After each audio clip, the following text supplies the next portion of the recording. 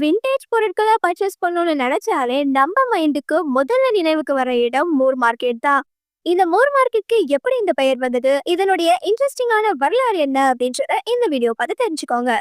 1890களில் பழைய பிராட்வே மார்க்கெட்டின் சுகாதாரமற்ற சூழல் மற்றும் மெமோரியல் ஹாலுக்கும் சென்ட்ரல் ஸ்டேஷனுக்கும் இடையில இருந்த குசிலி பசார் பகுதியில் உள்ள சாலையோர வியாபாரிகளை ஒரே இடத்துல கொண்டு வர வேணும் அப்படின்ற எண்ணம் வந்துட்டு சென்னை மாநகராட்சியுடைய அப்போதைய தலைவராக இருந்த லெப்டினன்ட் கர்னல் சர் ஜார்ஜ் மூருக்கு வந்துட்டு திட்டமிட்டாரு. அதனாலதான் இந்த மோர் மார்க்கெட் அப்படின்ற சந்தையும் வந்தது.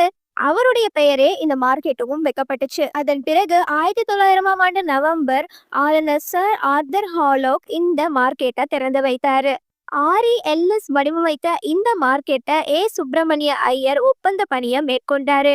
அழகிய இந்தோ சர்சனி கலைபாணியில 40,000 சதுரடி பரப்பளவுல கட்டப்பட்ட இந்த சந்தை சென்னை சென்ட்ரல் ரயில் நிலையத்துக்கும் விக்டோரியா பப்ளிக் ஹாலுக்கும் இடையில இருந்ததுனால விரைவிலேயே புகழ் பெற்றுச்சு. பழைய புத்தகங்கள் முதல் பொம்மைகள், இசைக்கருவிகள், உயிருள்ள பறவைகள், இறைச்சிகள்னு எல்லாமே இங்க கிடைக்கும்.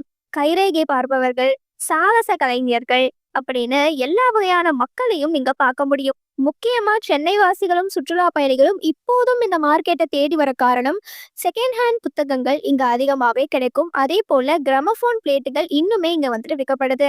இந்த இடம் புத்தக ரசிகர்களுக்கு ஒரு சொர்க்கம்னே சொல்லலாம். ஆனா சோகம் என்னன்னா 1970களில் இது கொஞ்சம் கொஞ்சமா வீழ்ச்சி அடைய ஆரம்பிச்சது.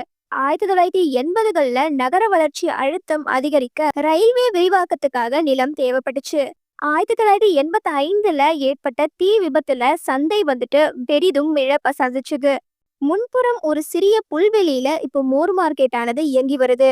புதிய கட்டிடங்கள்ல வியாபாரிகள் மாற்றினாலும் அந்த காலத்துல அதுக்கு இருந்த பிரபலம் திரும்பி வரல.